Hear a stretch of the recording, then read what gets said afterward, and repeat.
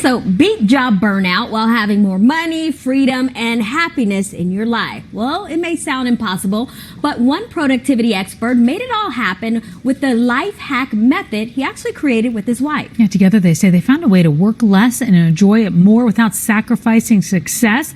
I think something everybody wants to hear, and he's joining us now to share his life hack method. Demir Bentley, nice to see you. Thanks for being here.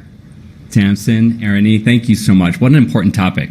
Yeah, it really is. So, everybody wants a more sustainable work-life balance, that's for sure, especially after the pandemic. But what made you want to change your life? Was there a specific breaking point that you all reached?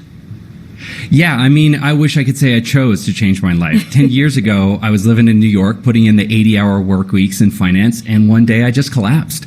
They diagnosed me with something called salaryman sudden death syndrome, which really just means you're working yourself to death. Wow. And so that forced me to take a step back. I had to rethink everything from the ground up.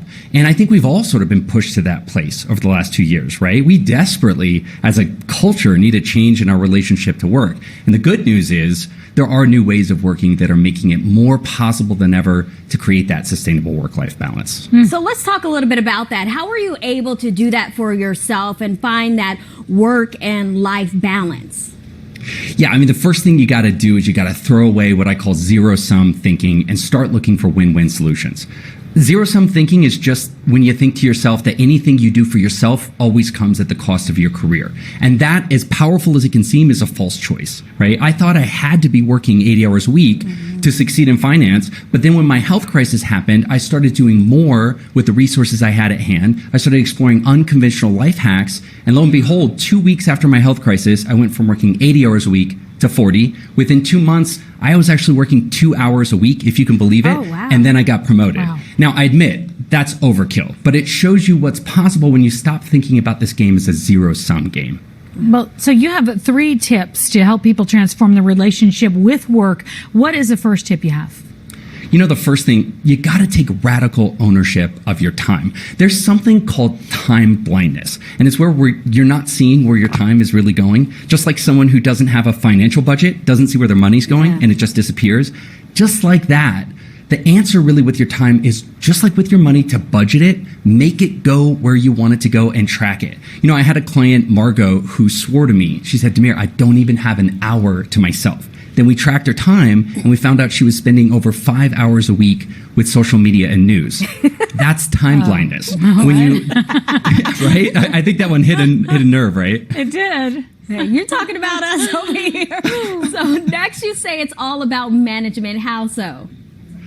I love comparing your time to your money because the two are almost identical. You really manage them the same way, right?